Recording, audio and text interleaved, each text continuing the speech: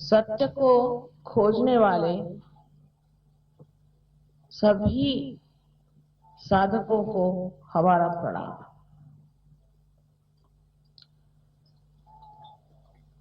सबसे पहले तो बड़ी दुख की बात है कि इतनी देर से आना हुआ और एरोप्लेन ने इतनी देरी कर दी और आप लोग इतनी उत्कंठा से, इतनी सबूरी के साथ सब लोग यहाँ बैठे हुए हैं और हम वहां से एक असहाय माँ जो सोच रही थी कि किस तरह से वहां पहुंच जाए, आप लोगों को देखकर ऐसा लगता है कि ये दुनिया बदलने के दिन आ ही गए।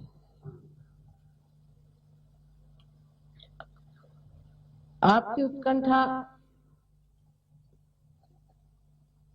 बिल्कुल जाहिर है और आपकी इच्छा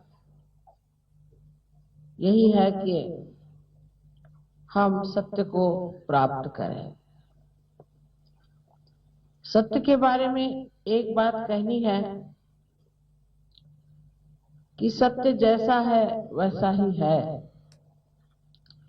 अगर हम चाहें कि उसे हम बदल दें तो उसे बदल नहीं सकते, और अगर हम चाहें कि अपने बुद्धि या मन से कोई एक धारणा बनाकर उसे सत्य कहें तो वो सत्य नहीं हो सकता।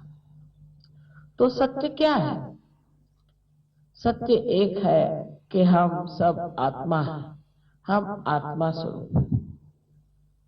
इतनी यहाँ सुंदरता से आरास की हुई है और इतने दीप जलाए हैं जिन्होंने प्रकाश दिया है, जिससे हम एक दूसरों को देख रहे हैं और जान रहे हैं।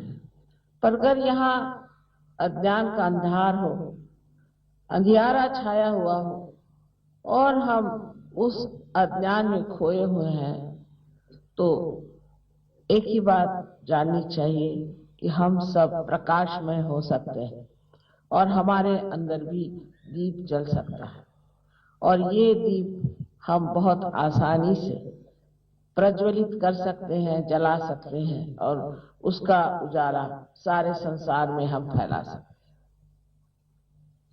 आज तक परमात्मा के नाम पर बड़ी मेहनत की गई है। परमात्मा के विश्वास पर ही हम लोग जुटे रहे हैं।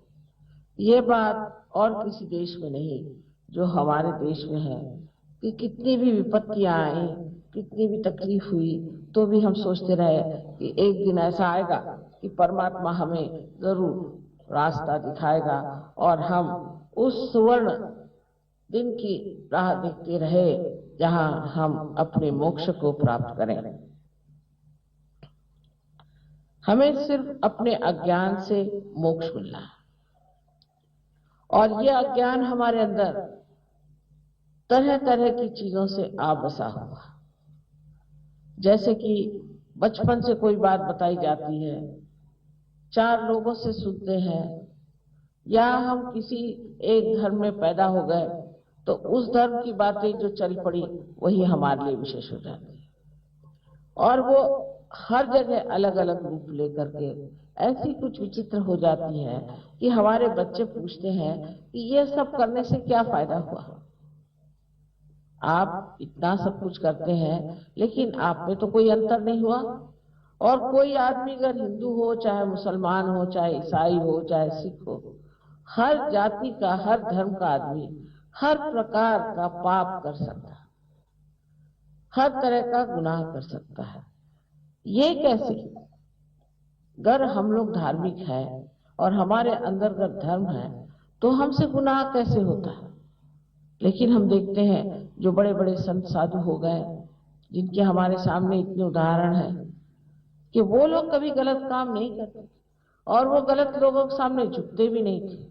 आप यहाँ पे औलिया निजामुद्दीन साहब के बारे में जानते हैं शाह ने कहा था कि अगर तू मेरे सामने झुकेगा नहीं तो मैं तेरी गर्दन उड़ा दूंगा। वो झुके नहीं, उनका मैं एक परमात्मा के सामने झुकता हूँ। और आप आगे भी जानते हैं कि उसके बाद उसी शाह की ही गर्दन उड़ गई।